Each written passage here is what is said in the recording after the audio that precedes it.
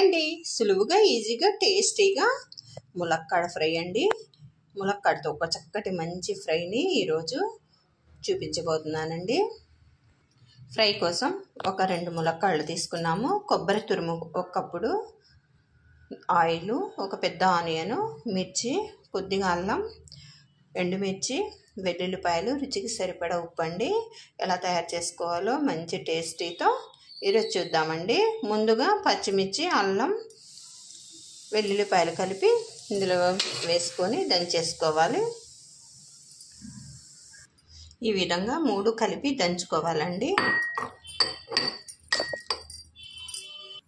Stove వెలిగించుకొని గిన్నె పెట్టేసుకోవాలి. అందులోనికి 2 టేబుల్ స్పూన్ల దాకా ఆయిల్ వేసుకోవాలి. ఆయిల్ వేడెక్కిందండి. ఇందులోనికి 1 టేబుల్ స్పూన్ తాలింపు గింజలు వేసుకోవాలి.